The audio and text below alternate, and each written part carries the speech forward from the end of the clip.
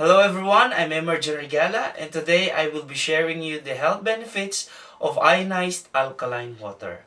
At uumpisahan po natin yan sa pagtalakay sa ating basic science. According to science, 75% of our body is water. Ang tanong po dyan, ay nare-replenish ba natin ang 75% na tubig ng ating katawan na yan?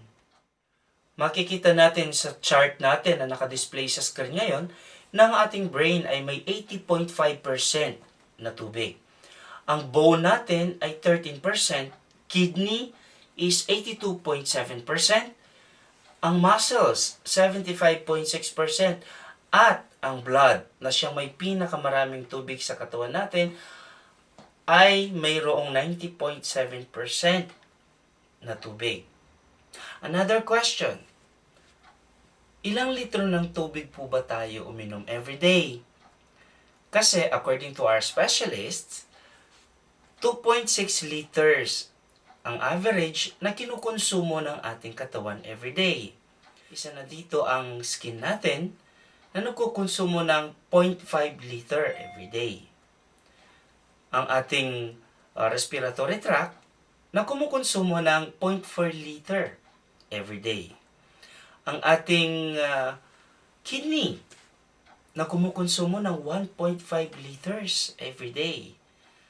At ang ating gastrointestinal na kumukonsumo ng 0.2 liter every day. Kaya naman pala, marami sa atin ang nagdadry ang skin. Hindi lang po pala ito dahil sa weather condition, kundi dahil na rin dehydrated ang ating balat.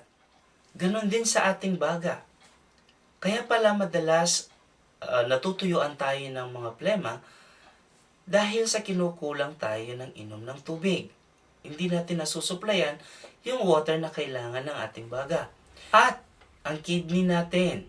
Kaya naman po pala, isa sa number 1 cause of death sa buong mundo, ang sakit sa kidney, dahil marami ang hindi nakakasupply ng mabuti ng tubig sa ating kidney. At remember, nagpa-function po ang ating mga internal organs 24/7. Lalo na ang kidney natin na siyang nagpi-filter ng bawat ini-intake nating pagkain everyday. At ito po ang napaka-special sa ionized alkaline water. High antioxidant siya, microclustered, at saka alkalized. Iisa-isahin po natin yan at uumpisahan natin sa antioxidation. Bakit kailangan natin ng mga antioxidants? Dahil ito po ang nag-neutralize sa mga free radicals na ating nai-inhale, nakakain o naiinom na hindi kagandahan sa ating katawan. At ang trabaho ng antioxidation ay labanan, i-neutralize itong mga free radicals na to na silang nakakasira sa ating mga tissues at pinagmumulan ng matinding sakit. At papatunayan po natin yan gamit ang ating oxidation reduction potential meter. Makikita nyo po ngayon sa ating screen na kapag positive ang ORP or ang millivolts ng meter natin, ibig sabihin ay oxidant ito. Or mabilis tumanda ang ating katawan na kung saan mas nagiging vulnerable tayo sa mga sakit. Kapag naman papunta siya sa negative, or negative siya, rather, ito ay antioxidant. At sa karamihan ng ating mga iniinom na liquids, ang green tea at saka ang mga fresh fruit juice ang antioxidants. So ngayon, ititest natin itong mga liquids na nakikita natin sa screen kung oxidant ba sila or antioxidants. Umpisahan natin sa mga mahilig sa soda.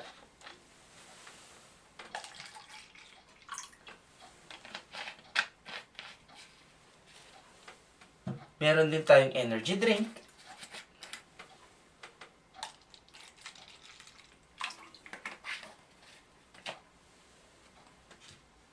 Water with gas.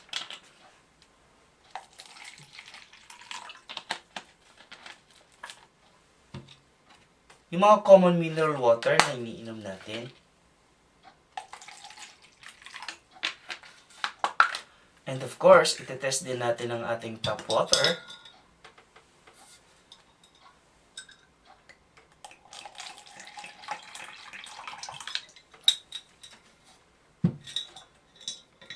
And lastly, ang ating ionized alkaline water.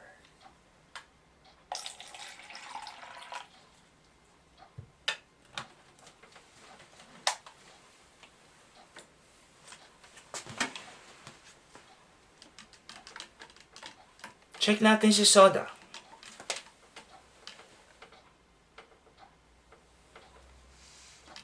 It's positive.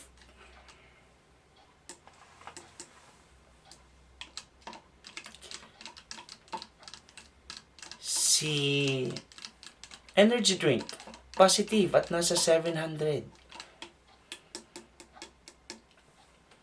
Si water with gas, 600 plus. Si mineral water, 600 plus. Tap water, 600 plus. Now, tingnan naman natin si ionized alkaline water. Negative 700.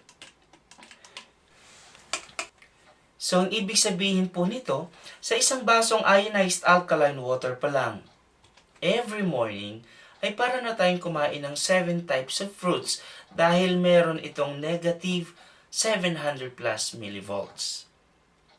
Na kung babalikan natin ang sinasabi ng ating mga doctors, at least 5 types of fruits every day ang kailangan natin para malakas ang ating antioxidants, para mas malakas ang ating immune system.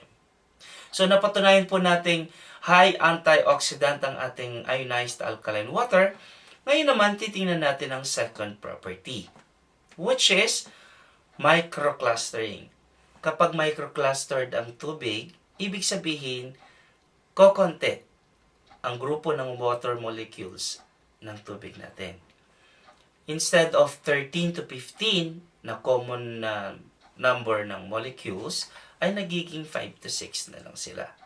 Salamat po ito sa electrolysis process na ibinibigay o ginagawa ng ating mga water ionizer machines.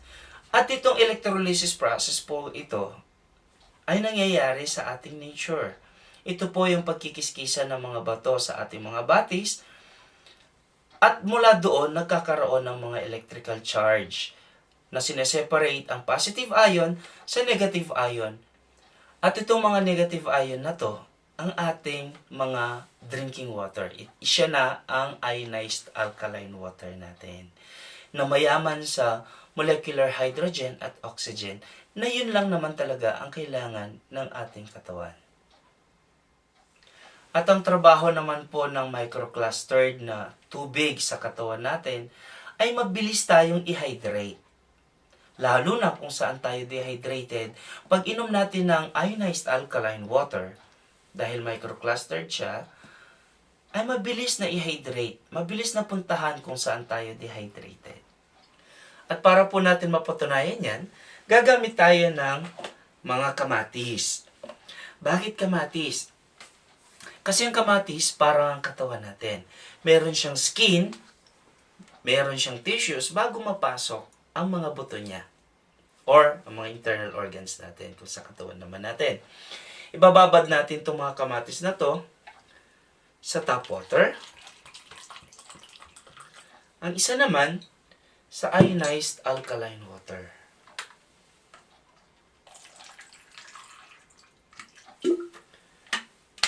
Ngayon, isa-set aside po muna natin ito. Dahil gagamit naman tayo ngayon ng tea bags. Katulad ng katawan natin, ang tea bags ay meron siyang skin bago pa mapasok yung mga tea leaves sa loob ng tea bag na to. At ganoon din ang proseso sa ating katawan. Katulad ng sa kamatis.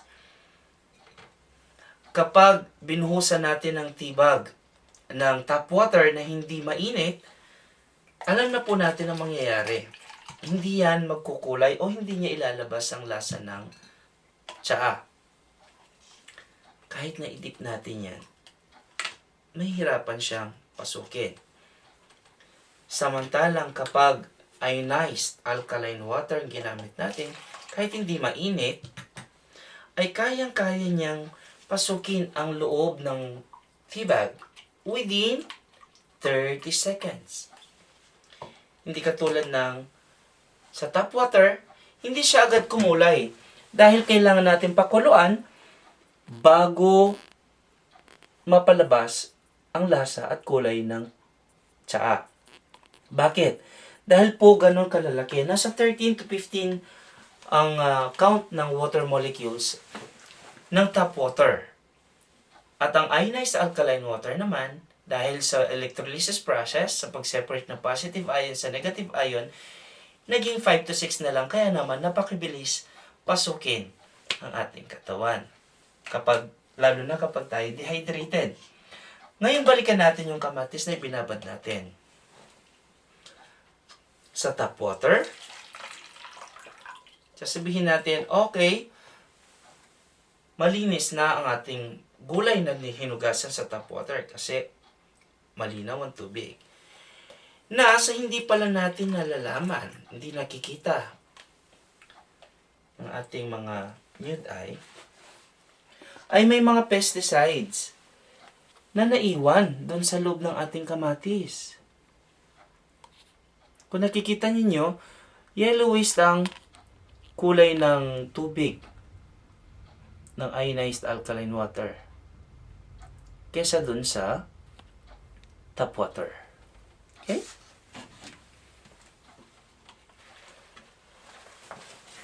At ang pesticides na yan ay oil-based. Bakit?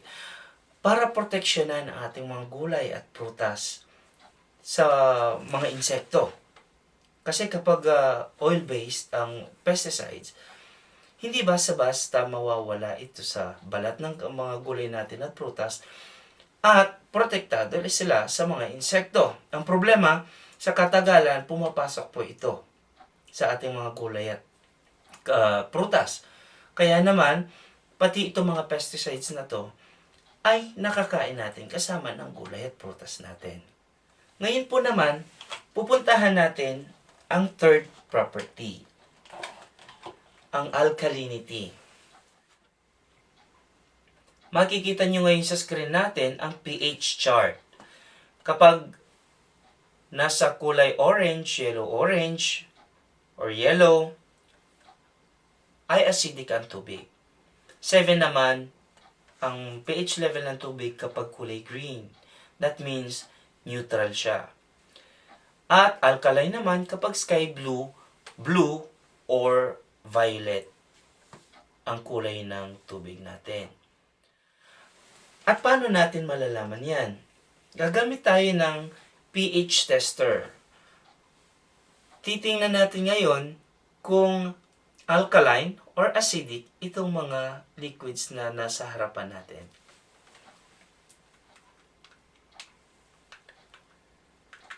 Tingnan natin si soda.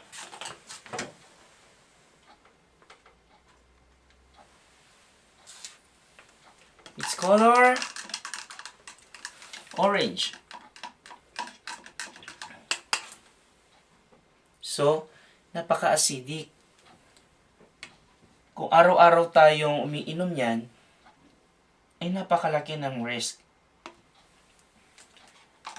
na magkaroon tayo ng sakit. Itong si energy drink, the same. Color orange. So, napaka-acidic po nila. Yes, bibigyan tayo ng pansamantalang energy, pero sa pamatagalan, nag-accumulate tayo ng mga acids na posibleng mag-activate ng mga cancer cells natin. Ganun din po si water with gas. Tingnan naman natin si mineral water. So, kung nakikita po ninyo, slightly alkaline siya. Sky blue. How about tap water?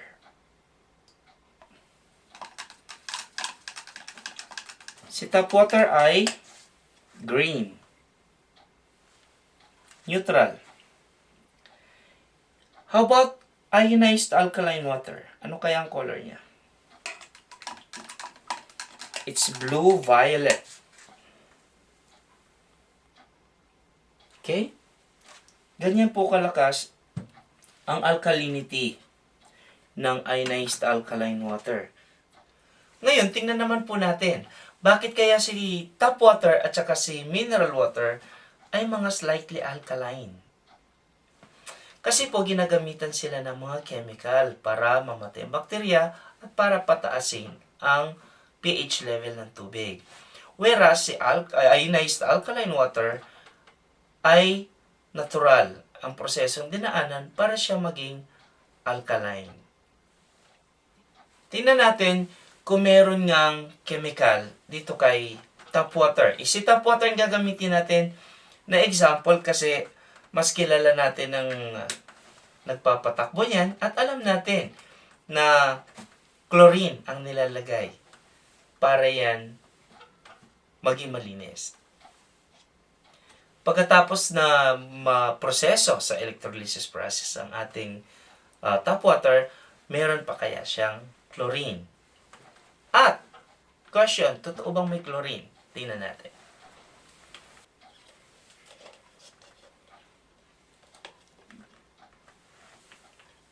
Okay.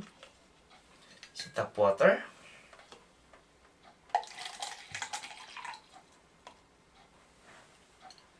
At si ionized alkaline water or si tap water na dumaan sa electrolysis process at naging ionized alkaline water. Gagamit po tayo dyan ng ortolodina naman kapag nagkaroon ng reaksyon ang dinrap nating solusyon na to sa mga tubig, ibig sabihin may chlorine ang tubig natin.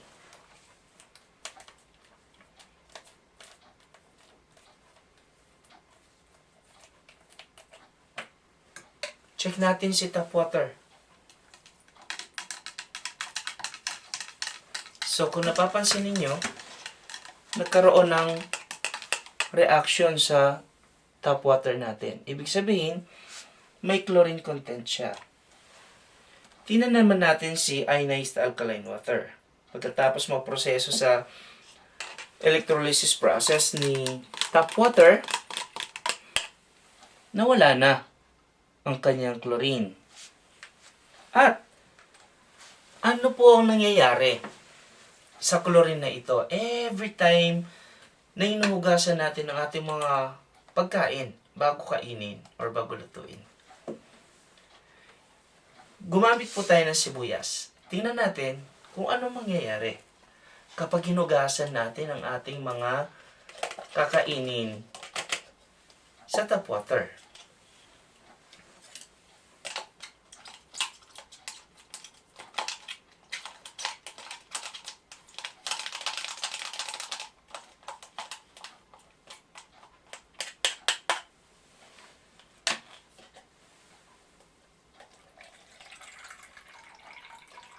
Kung napansin po ninyo, nawala na yung color yellow o yung reaction ng solution natin dun sa tap water. Kasi, na-absorb na ni sibuyas. So, ibig sabihin, hindi lang mga pesticides ang kasama ng ating mga gulay at prutas na kinakain. Pati ang chlorine. Dahil hinuhugasan natin yan, for sure, sa ating tap water. So, napatunayan po natin na high antioxidant, microclustered, at alkalized ang ionized alkaline water. So, ano naman po ang mangyayari kapag nag-i-intake tayo or nag-start tayo mag-intake ng ionized alkaline water? Kung iniinom natin ay ang mga mineral water or tap water lang, mabilis siya ma-impluwensyahan. Kung napapansin natin, mabilis tumaas ang pH level kapag ininuman natin ng konting ionized alkaline water. Hanggang sa mag-violet yan. Whereas, kapag si water with gas, si energy drink, at si soda ang nilagyan natin ng ionized alkaline water, ay walang nagbabago sa kanilang pH level. Acidic pa rin po silang lumalabas. Bakit? Actually, meron paraan. Kaya naman siyang i-neutralize. Nga lang, sa bawat baso ng soda, energy drink, or ng water with gas na i-intake natin, kailangan natin ng 32 glasses of ionized alkaline water para ma-neutralize ang acid sa katawan natin. Para sa additional na kaalaman po, makakakuha rin tayo ng mga alkaline sa ating mga gulay at prutas. Katulad ng celery, ng pipino, ng carrots, ng apple, katulad din ng broccoli, ng spinach, at marami pang iba. According to Dr. Otto Warburg, cancer cells grow in an acidic environment. However, cancer cannot survive in an alkaline environment. Alam po natin na lahat tayo ay may cancer cells at na-activate ang mga ito sa sobrang pag-intake ng mga acidic na pagkain at inumin. Pero, kung sa tubig pa lang natin ay ionized alkaline na, ay mas malaki ang chance na maiwasan natin ang matitinding sakit dahil nanyo-neutralize niya ang mga acids sa katawan natin.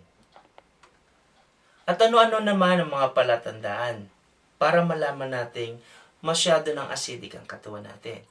Kapag nararamdaman na po natin ang arthritis, ang high blood pressure, kapag mataas na ang cholesterol natin, at kapag madalas na rin tumaas ang sugar natin o diabetic na tayo, kapag constipated na tayo, at kapag may chronic fatigue na rin tayo. Ibig sabihin yan, masyado na po tayong acidic at kailangan na natin gumawa ng paraan para ma-neutralize ang mga acid sa katawan natin na yan. According to A.J. Rebmatter, so many people spend their health gaining wealth and then have to spend their wealth to regain their health. And this is true. Karamihan po sa atin ay trabaho ng trabaho. Pinapagod ang katawan para makuha ang goal natin. Kasi kailangan natin kumita ng pera para maabot natin ang ating mga objectives. Ang masama dito, kaka-focus sa ating mga goals ay napapabayaan ang sarili nating kalusugan. At pagkatapos, lahat ng ating mga naipon ang siya rin natin gagamitin kapag tayo may sakit na dahil kailangan natin magpa-opera o maggamot. So, aantayin pa ba natin na maubos ang ating mga naipon na yan? Sabi nga, di ba? Prevention is better than cure. So, mag-invest tayo sa health natin as early as we can. At sana po nakatulong itong maikling presentation natin. At hanggang sa muli po. Maraming salamat.